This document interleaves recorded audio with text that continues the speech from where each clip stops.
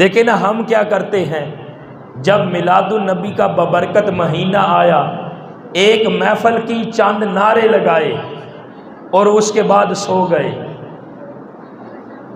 ایک مہینہ جوش و خروش دکھاتے ہیں، یہ سارا کچھ کرتے ہیں، لیکن دوستان محترم، ایک ہے میلاد اور ایک ہے آقا کریم علیہ السلام کی سیرت۔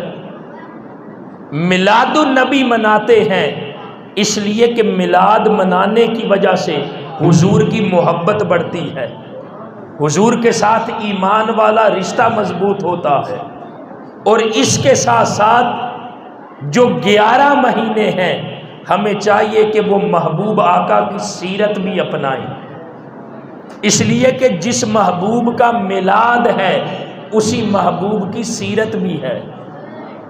میلاد بھی منائیں اور اس سے بڑھ کر اللہ کے محبوب کی سیرت بھی اپنائیں۔ دیکھیں نا میلاد کا مقصد کیا ہے، میلاد کا کیا مقصد ہے؟ جو نبی بھی دنیا میں آیا ہے کس لیے آیا ہے؟ انسانیت کے لیے آیا ہے۔ جو نبی دنیا میں آیا ہے انسانیت کی رہنمائی کے لیے آیا ہے، انسانیت کی ہدایت کے لیے آیا ہے۔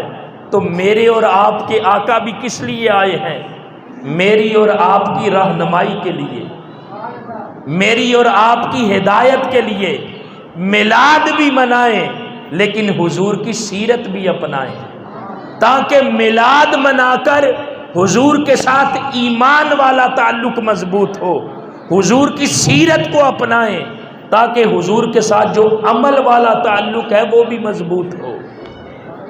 میلاد منائیں لیکن کئی گنا بڑھ کر حضور علیہ السلام کی سیرت کو بھی اپنائیں، اس لیے کہ میلاد کا پڑھنا، پڑھانا، بیان کرنا یہ حضور کی ذات سے جوڑتا ہے، اور جو یہ سیرت ہے وہ حضور کے عمل سے جوڑتی ہے۔ میلاد سے محبت کرتے ہیں تو حضور کی سیرت سے کیوں نہیں کرتے؟ عمل بھی مصطفیٰ نے دیا ہے، 5 وقت کی نماز بھی مصطفیٰ نے دی ہے۔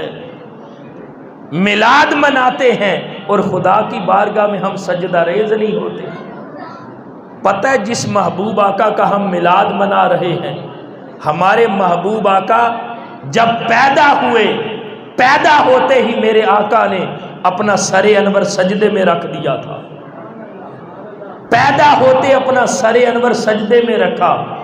اور حضور کے غلام اور امتی کیسے ہیں کہ اس محبوب آقا کا میلاد مناتے ہیں جس محبوب آقا نے پیدا ہوتے ہی سر سجدے میں رکھا ہے، اور میلاد بھی منائیں اور محبوب آقا کے حکم پر اپنا سر سجدے میں نہ رکھے، اپنے محبوب آقا کے حکم پر اپنی جبین نیاز کو خدا کی بارگاہ میں نہ جھکائیں۔